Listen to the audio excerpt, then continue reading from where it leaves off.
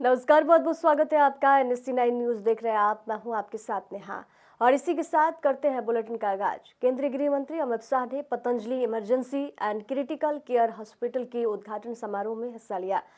इस दौरान अमित शाह ने पंडित राम शर्मा द्वारा करोड़ों लोगों को गायत्री मंत्र और साधना से जोड़े जाने का जिक्र किया और कहा कि अब चिन्मय भाई के नेतृत्व में नई ऊर्जा और जोश के साथ आगे बढ़ने की जिम्मेदारी सभी की है। चिन्मय भाई के आज करोड़ों लोगों को गायत्री मंत्र के साथ, गायत्री उपासना के साथ, गायत्री साधना के साथ पंडित राम शर्मा ने जोड़ा। वो करोड़ों लोगों की जिम्मेदारी है कि चिन्मय भाई के नेतृत्व में 100 साल में नई ऊर्जा और जोश के साथ हम आगे बढ़े।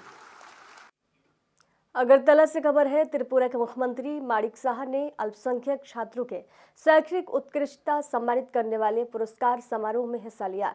इस अवसर पर उन्होंने छात्रों की मेहनत और उपलब्धियों की सराहना की और शिक्षा के महत्व पर भी जोर दिया है। यूपी के मुख्यमंत्री योगी आदित्यनाथ ने खेलों को लेकर सरकार की दूरदर्शी नीति का जिक्र करते हुए कहा, खेलो इंडिया, फिट इंडिया और सांसद खेलकूद प्रतियोगिताओं ने देश और प्रदेश में नई खेल संस्कृति विकसित की है। पीएम मोदी की प्रेरणा से प्रदेश की हर ग्राम में खेल मैदान और हर जनपद में स्टेडियम बनाए जा रहे हैं। सीएम योगी ने बताया कि हॉकी के जादूगर मेजर ध्यानचंद के नाम पर प्रदेश का पहला खेल विश्वविद्यालय मेरठ में 100 एकड़ में बन रहा है, जिसका शुभारंभ पीएम मोदी कर चुके हैं। यह विश्वविद्यालय 31 मई 2026 तक अपने पहले और दूसरे चरण के कार्य पूरा करेगा। खेलो इंडिया, खेलो फिट इंडिया मूवमेंट, सांसद खेलकूद प्रतियोगिता ने जहां एक नई खेल संस्कृति को जन्म दिया है, वहीं आदरणीय प्रधानमंत्री जी की प्रेरणा से प्रदेश सरकार ने भी हर ग्राम पंचायत में खेल का मैदान हो, ब्लॉक स्तर पर मिनी स्टेडियम, जनपद स्तर पर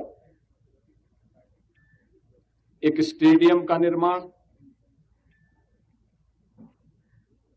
विधायक खेलकूद प्रतियोगिता और ग्रामीण लीग की प्रतियोगिताओं के माध्यम से इस खेल संस्कृति को एक नई ऊंचाई प्रदान करने का प्रयास किया है।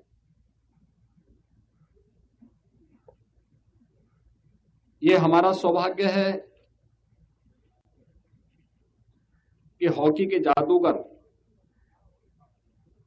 मेजर ध्यानचंद जी के नाम पर प्रदेश का पहला स्पोर्ट्स यूनिवर्सिटी का निर्माण मेरठ में हो रहा है। मेरठ क्रांति की धरा है। मेरठ ने स्वाधीनता आंदोलन। छत्तीसगढ़ के डिप्टी सीएम विजय शर्मा ने गणतंत्र दिवस 2026 की तैयारियों पर कहा, मैं प्रतिदिन देखता हूं कि बस्तर के लोग अब खोलकर हंसने लगे हैं। गांव के लोग अपनी बात कहने लगे हैं। ये गर्व का विषय है। अब बस्तर में लोकतंत्र बोल रहा है। इस गणतंत्र दिवस में सभी लोग उत्साह के साथ शामिल होंगे। गांव के लोग, बस्तर की जनता के साथ मुझे आज नारायणपुर भी जा रहा हूं। मैं प्रतिदिन ये देखता हूं, जब भी वहां जाता हूं, गांव में लोग खुलकर हंसने लगे। गांव के लोग अपनी बात कहने लगे। अब आप बस्तर में जाएं किसी सुदूर वनांचल क्षेत्र में, तो लोग समूह में आकर के अपनी बात रखने लगे। ये बड़ा ही हर्ष का, बड़ा ही गर्व का विषय है। अब बस्तर में लोकतंत्र बोल रहा है। अब बस्तर में इस गणतंत्र में, इस 26 जनवरी में, मैं सोचता हूं कि सारे ही बस्तर के गांव। केंद्रीय मंत्री और तमिलनाडु भाजपा चुनाव प्रभारी पीयूष गोयल ने उदयनिधि स्टालिन के बयानों पर तीखा हमला बोला। पीयूष गोयल ने कहा, वे उदयनिधि स्टालिन को देश विरोधी और नफरत फैलाने वाले बयानों का पूरी तरह विरोध करते हैं। उन्होंने बताया कि हाईकोर्ट ने भी हेट स्पीच के खिलाफ आदेश दिया है। गोयल ने मांग की है कि उदयनिधि स्टालिन को सरकार से हटाया जाए और सांप्रदायिक सद्भावना बिगाड़ने के मामले में उनके खिलाफ सख्त कार्रवाई हो। We totally oppose Mr. Udaynidhi Stalin for his anti-national comments, the High Court also yesterday has passed strictures against the hate speech of Udaynidhi Stalin, and I demand that Udaynidhi Stalin should immediately be removed from the government and action should be taken against Mr. Udaynidhi Stalin for his hate speech, for dividing the people of Tamil Nadu, for trying to create communal disharmony. Lok Sabha में विपक्ष के नेता राहुल गांधी और कांग्रेस अध्यक्ष मल्लिकार्जुन खड़गे ने जवाहर भवन में राष्ट्रीय मनरेगा श्रमिक सम्मेलन में हिस्सा लिया। इस दौरान राहुल गांधी ने भाजपा पर सीधा हमला बोला। उन्होंने कहा कि भाजपा संविधान और लोकतंत्र को खत्म करना चाहती है और देश को आजादी से पहले के दौर में ले जाना चाहती है, जहां एक व्यक्ति सारे फैसले लेता था। राहुल गांधी ने कहा, भाजपा को रोकने का एकमात्र रास्ता एकता है। उन्होंने मनरेगा को लेकर कहा कि योजना का नाम, स्वरूप और भविष्य जनता तय करेगी। राहुल गांधी ने दावा किया, अगर लोग एकजुट हुए तो पीएम मोदी को पीछे हटना पड़ेगा और मनरेगा फिर से पूरी मजबूती से लागू होगी। आइडिया यही है कि हमारा जो संविधान है उसे खत्म करो। वन मैन वन वोट का जो कॉन्सेप्ट है उसे खत्म करो, लोकतंत्र को खत्म करो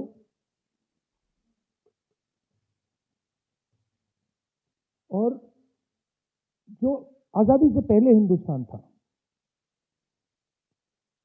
जहां पे एक व्यक्ति, राजा महाराजा, एक व्यक्ति पूरा डिसाइड करता था, सारे के सारे एसेट्स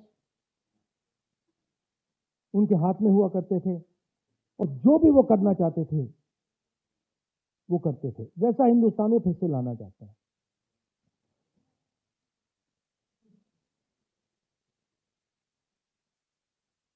और इनकी इंटेंशन रुकने की नहीं है, क्योंकि ये जो मॉडर्न इंडिया का स्ट्रक्चर है इसको ये बदलना चाहते हैं और तोड़ना चाहते हैं।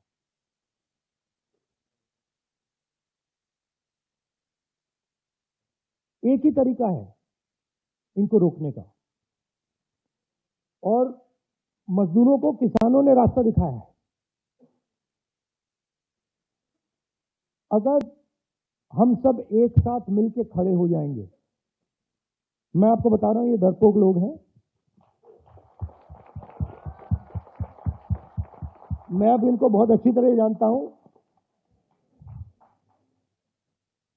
ये डरपोक लोग हैं। अगर हम सब एक साथ खड़े हो जाएंगे,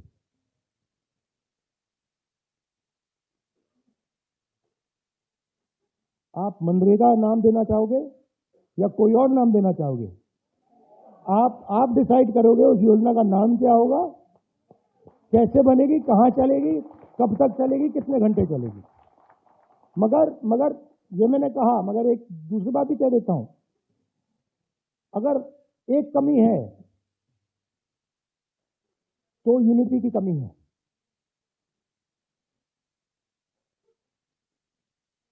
एक साथ गरीब लोग खड़े नहीं होते, अब होना पड़ेगा।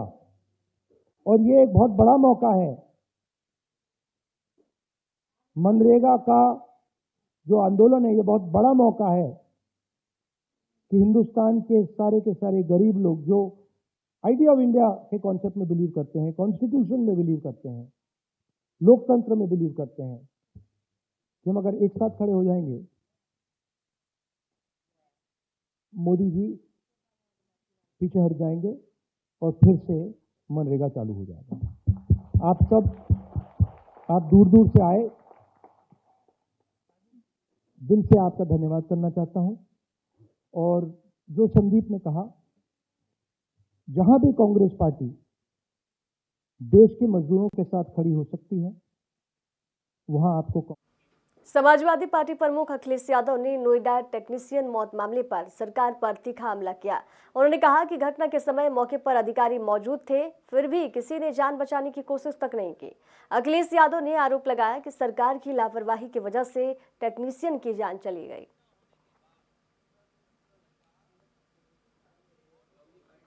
के जो विभाग, सवाल ये नहीं है कि वो पार्टी कर करके आया था या किस जगह पर घटना हुई है।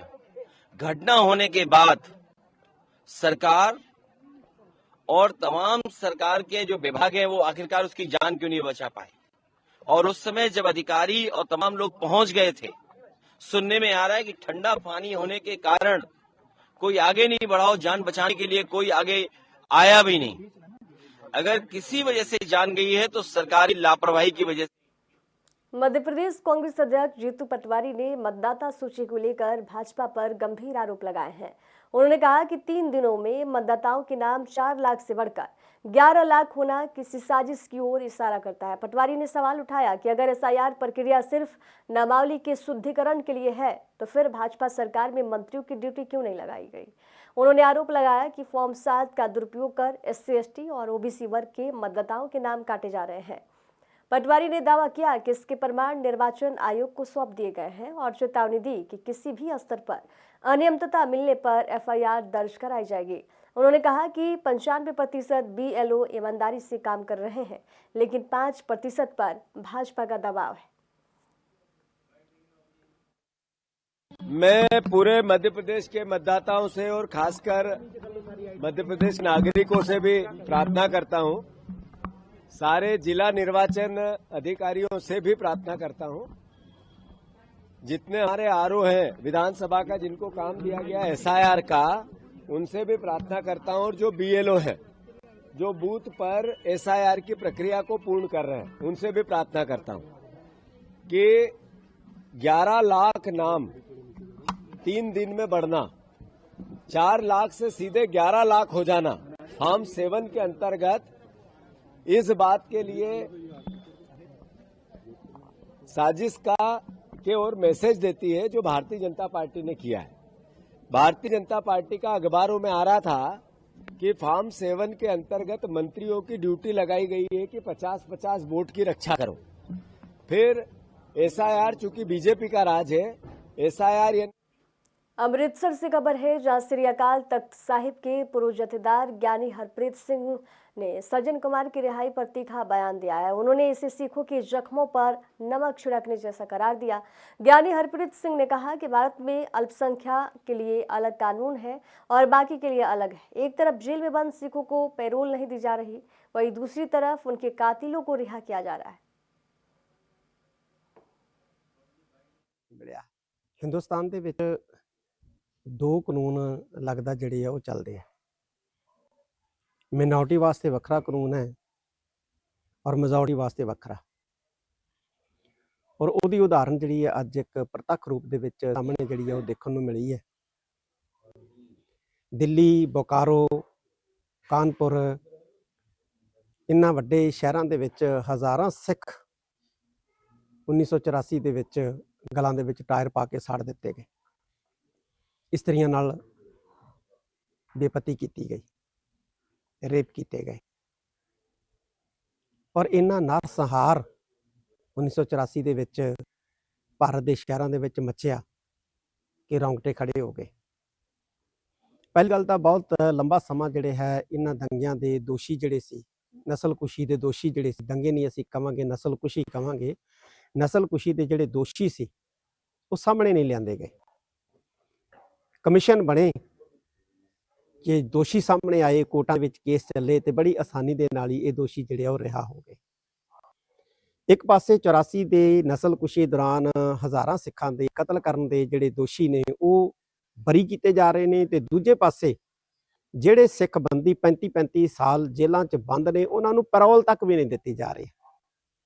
ਕੁਝ ਐਸੇ ਬੰਦੀ ਨੇ ਜਿਨ੍ਹਾਂ ਨੂੰ ਪੈਰੋਲ ਤੱਕ ਵੀ ਜਿਹੜੀ ਆ ਉਹ ਦਿੱਤੀ ਨਹੀਂ ਜਾ ਰਹੀ ਹੈ। NSA ਲਾ ਕੇ ਜਿਹੜਾ ਉਹਨਾਂ ਨੂੰ ਜਿਹੜਾ ਹੈ ਬੰਦ ਕੀਤਾ ਹੋਇਆ ਹੈ। ਕਿਹਨਾਂ ਤੇ ਮੁਕੱਦਮੇ ਜਿਹੜੇ ਆ ਉਹ ਲੰਬੇ ਸਮੇਂ ਤੱਕ ਜਿਹੜੇ ਆ ਉਹ ਚੱਲਦੇ ਆ ਰਹੇ ਆ, ਲੇਕਿਨ ਇਨਸਾਫ ਜਿਹੜਾ ਉਹ ਨਹੀਂ ਮਿਲਿਆ।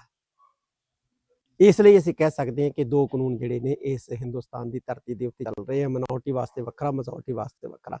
ਬੜਾ ਖੇਦ ਹੋਇਆ ਕਿ ਹਜ਼ਾਰਾਂ ਸਿੱਖ ਜਿਹੜੇ ਨੇ ਉਹ ਕਤਲ ਕਰ ਦਿੱਤੇ ਗਏ, ਨਸਲਕੁਸ਼ੀ ਕੀਤੀ ਗਈ ਸਿੱਖਾਂ ਦੀ, ਔਰ ਬੜੀ ਆਸਾਨੀ ਦੇ ਨਾਲ ਕੋਰਟ ਨੇ ਜਿਹੜਾ ਉਹਨਾਂ ਦੋਸ਼ੀਆਂ ਨੂੰ ਰਿਹਾ ਕਰ ਦਿੱਤਾ। ਕਿ ਸਿੱਖਾਂ ਦੇ ਉੱਤੇ ਮੈਂ ਸਮਝਦਾ ਅੱਜ ਜ਼ਖਮਾਂ ਦੇ ਉੱਤੇ ਇੱਕ ਕਿਸਮ ਦਾ ਲੂਣ ਪੁੱਕਿਆ ਗਿਆ। ਬਹੁਤ ਮੰਦਭਾਗਾ ਫੈਸਲਾ ਹੈ। भोजशाला कमल मौला कॉम्प्लेक्स से जुड़े विवाद पर सुप्रीम कोर्ट के आदेश पर धार जिले के कलेक्टर प्रियांक मिश्रा ने कहा, मीडिया से अनुरोध है अपने हिसाब से कोर्ट के आदेश का अर्थ नहीं निकाले। कोर्ट का आदेश हमें प्राप्त होने दें। आदेश में अलग अलग स्थानों और अलग अलग रास्तों की बात की गई है। सभी पक्षों के साथ बैठकर आदेश को समझकर ही आगे की व्यवस्था कानून के अनुरूप की जाएगी।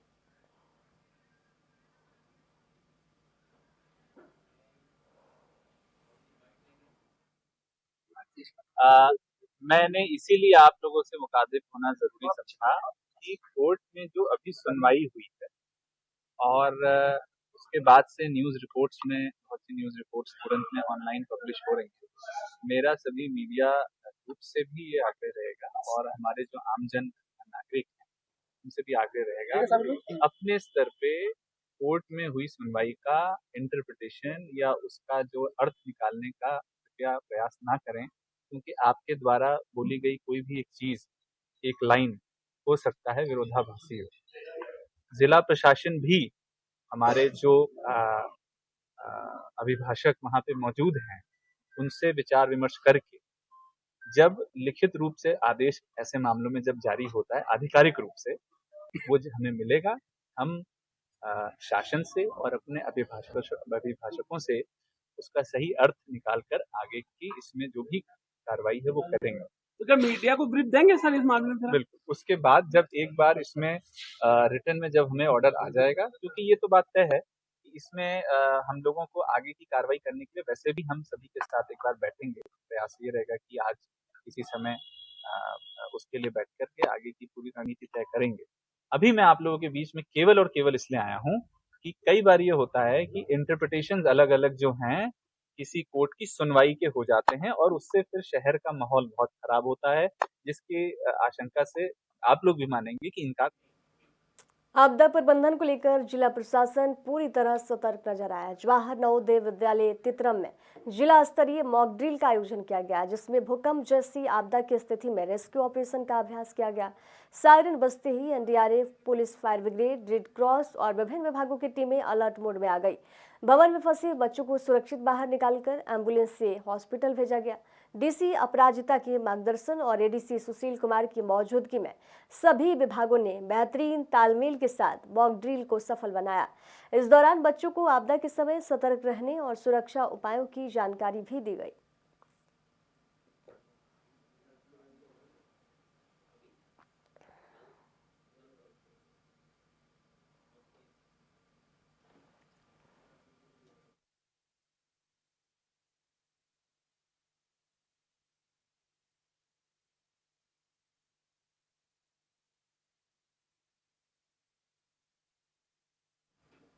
रायपुर से खबर है, जहां खाद्य सुरक्षा विभाग की मिलावट के खिलाफ सख्त कार्रवाई जारी है। जांच में फेल पाए गए 1700 किलो पनीर को जब्त कर नष्ट किया गया। ये पनीर अमानक पाया गया था। विभाग के मुताबिक 2025 में अब तक 9700 किलो एनालॉग पनीर और नकली खोआ जब्त किया जा चुका है। खाद्य विभाग ने साफ चेतावनी दी है, मिलावट करने वालों पर कड़ी कार्रवाई जारी रहेगी।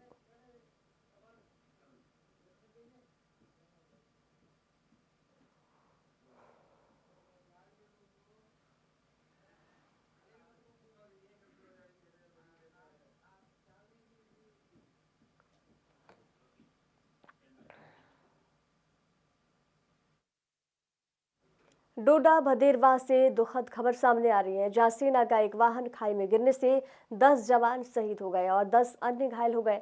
डोडा के डीसी हरविंदर सिंह ने बताया कि हादसा भदेरवा चंबा रोड पर बर्फीली सड़क के कारण हुआ है।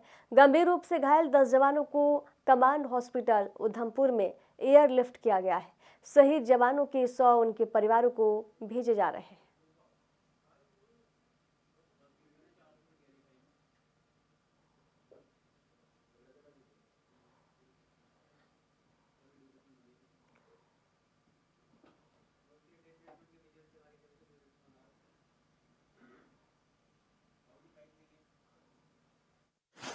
देखिए, एक ट्रैजिक एक्सीडेंट हुआ है, आप जानते हैं हमारी वर्तमान और 11 उनके जवान थे, उन्हें से 10 हमारे सीनियर थे, सबको एयरलिफ्ट करके कमांड हॉस्पिटल उधमपुर ले जाया गया। जो हमारे शहीद हुए हैं इनके लास्ट राइट्स के लिए और इनके फैमिली को हैंड ओवर करने के लिए इनको डिस्पैच। सर वजह क्या है, हादसे की वजह क्या है सर? रोड एक्सीडेंट है, आप जानते हैं बर्फीला इस टाइम के टाइम और बर्फ जमी हुई है, उसमें गाड़ी स्लिप। यूपी के मेरठ से खबर है, जहां सीएम योगी के कार्यक्रम स्थल पर जा रहे सरदना के पूर्व भाजपा विधायक ठाकुर संगीत सोम को पुलिस ने रोक लिया। इस दौरान संगीत सोम और पुलिसकर्मियों के बीच तीखी नोकझोंक हुई। आरोप है कि बहस के दौरान संगीत सोम ने पुलिस पर आपत्तिजनक टिप्पणी की है। सुरक्षा कारणों से उनकी गाड़ी रोकी गई थी। पूरी घटना का वीडियो अब सोशल मीडिया पर तेजी से वायरल हो रहा है।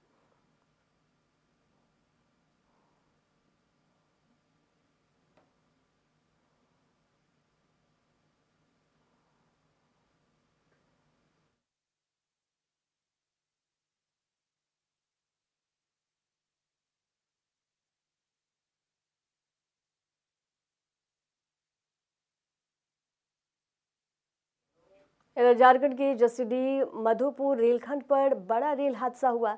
रोहिणी नवाडी रेलवे फाटक के पास गोंडा आसनसोल एक्सप्रेस की टक्कर चावल से लदे ट्रक से हो गई। टक्कर के बाद डाउन और अप दोनों लाइनों पर रेल यातायात ठप हो गया है, जिससे यात्रियों को भारी दिक्कतों का सामना करना पड़ रहा है। रेलवे और स्थानीय प्रशासन की टीमें मौके पर पहुंची हैं और राहत बहाल का काम शुरू किया गया है। रेलवे ने घटना की जांच के आदेश दे दिए हैं और यात्रियों को हर संभव सहायता देने का दावा किया है।